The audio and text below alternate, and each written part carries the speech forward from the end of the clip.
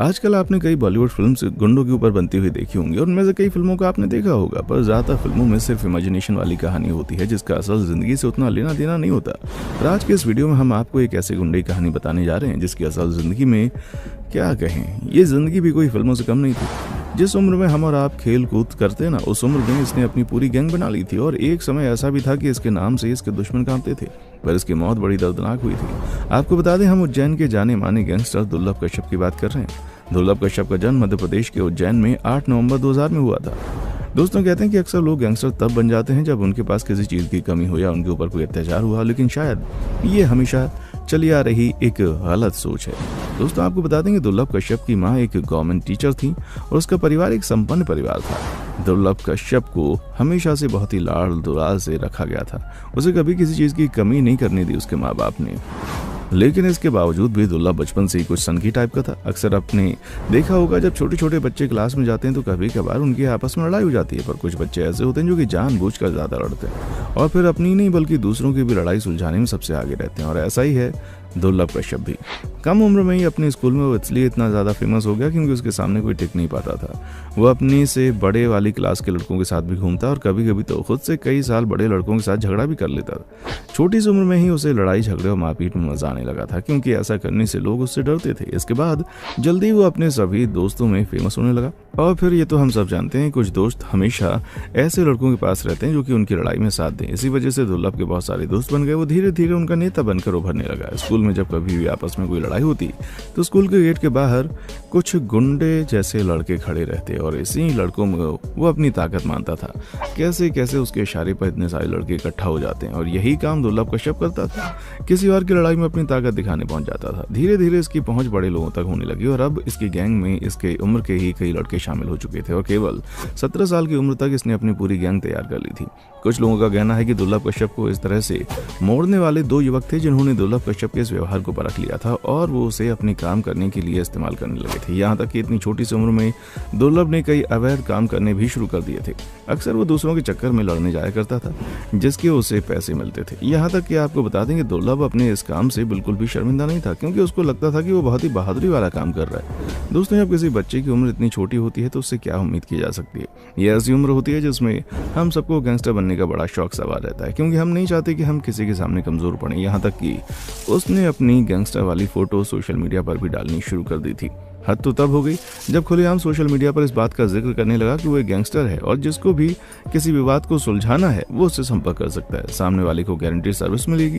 दोस्तों, कहते हैं ना कि गलत काम बहुत ज्यादा प्रभावित करता है। ऐसे ही दुर्लभ कश्यप की छवि भी उसकी उम्र और उसके छोटे उम्र के लड़कों को काफी ज्यादा आकर्षित करने लगी थी। इसके पीछे का एक कारण दुर्लभ कश्यप का पहनावा और चाल चलन भी हो सकता है। दुर्लभ कश्यप न सिर्फ अपने आप को एक गैंगस्टर कहता था बल्कि उसने अपने आप को इस रूपरेखा में ढाल लिया था कि वो बिना कहे भी लोग उसको आसानी से पहचान लेते थे।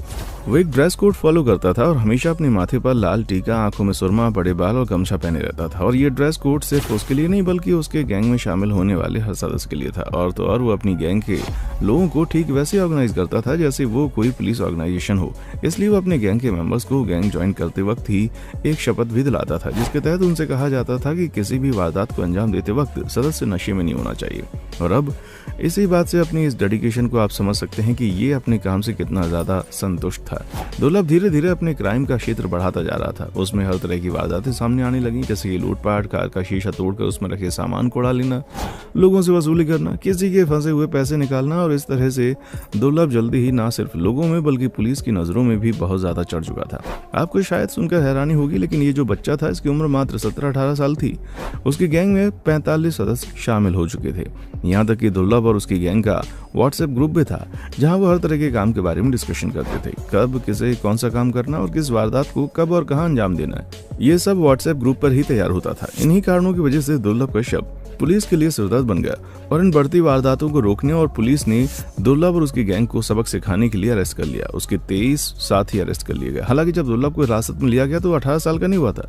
उसके 18 साल पूरे होने में 15 दिन के आसपास का समय बचा था। इसके चलते पुलिस ने पहले तो उसे कुछ दिन बाल सुधार गृह में डाला और फिर जैसे ही वो 18 साल का हुआ उसे नॉर्मल जेल में शिफ्ट कर दिया गया। हालांकि दुर्लभ के बारे में इतना सबको पता ही था कि उसके द्वारा किए गए अपराध इतने बड़े नहीं थे कि उसे बेल नहीं मिल सकती थी। असल में हुआ ये था कि उन दिनों इंदौर के एसपी सचिन अतुलकर हुआ करते थे और दुर्लभ को पकड़ने में इन्हीं का हाथ था। एक दिन जब वो जेल का दौरा कर रहे थे तो उनकी नजर दुर्लभ पर पड़ गई।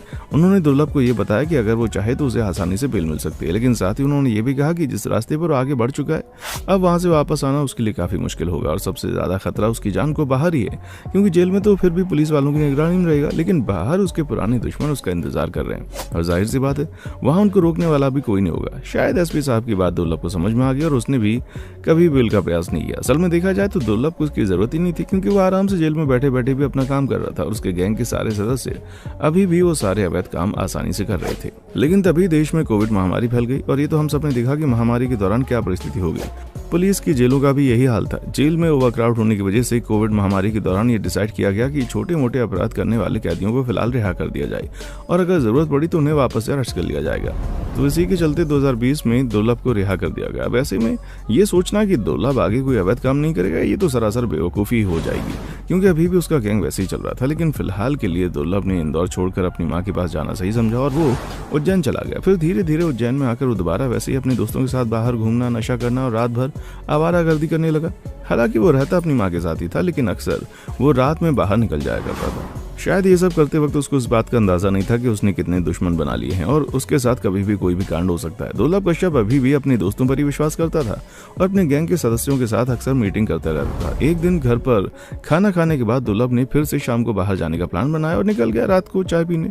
दुर्लभ और उसके 4 दोस्त रात में 1:30 या 2 बजे के आसपास चाय पी रहे थे कि तभी वहां पर दुर्लभ एक पुराना दुश्मन आकर खड़ा हो गया। दुर्लभ के दुश्मन का नाम शाहनवाज था और शाहनवाज वहां अपने 12 साथियों के साथ आया था। शाहनवाज और दुर्लभ की दुश्मनी बहुत पुरानी थी और शायद शाहनवाज वहां इसी उम्मीद से आया था कि वो आज दुर्लभ को खत्म कर देगा, इसलिए उसके सारे साथियों और उसके पास चाकू थे, कई हथियार भी थे।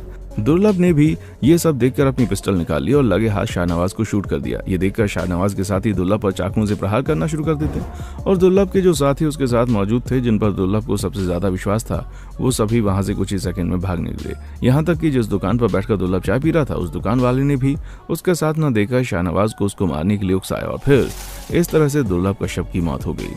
एक टाइम पर उज्जैन का किंग बनने का सपना देखने वाले दुर्लभ कश्यप का अंत इस तरह से होगा किसी ने सोचा नहीं था। दुर्लभ के गुजर जाने की खबर सुनने के बाद उसकी मां पूरी तरह से टूट गई और कुछ ही दिनों के बाद उसकी मां की भी मृत्यु हो गई। जैसा कि एसपी ने कहा था, वो जैसे ही बाहर निकलेगा उसकी जान को खतरा हो जाएगा। उसके बाद से ही दुर्लभ कश्यप की उस गैंग का प्रभाव भी लगभग खत्म सा हो गया।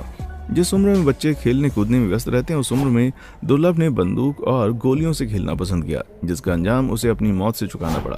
तो दोस्तों आज के इस वीडियो में इतना ही। कैसे लगी आपको ये वीडियो कमेंट करके बताएं। वीडियो को लाइक शेयर जरूर करें। साथ ही इस तरह की वीडियोस को देखने के लिए चैनल को सब्सक्राइब भी करें।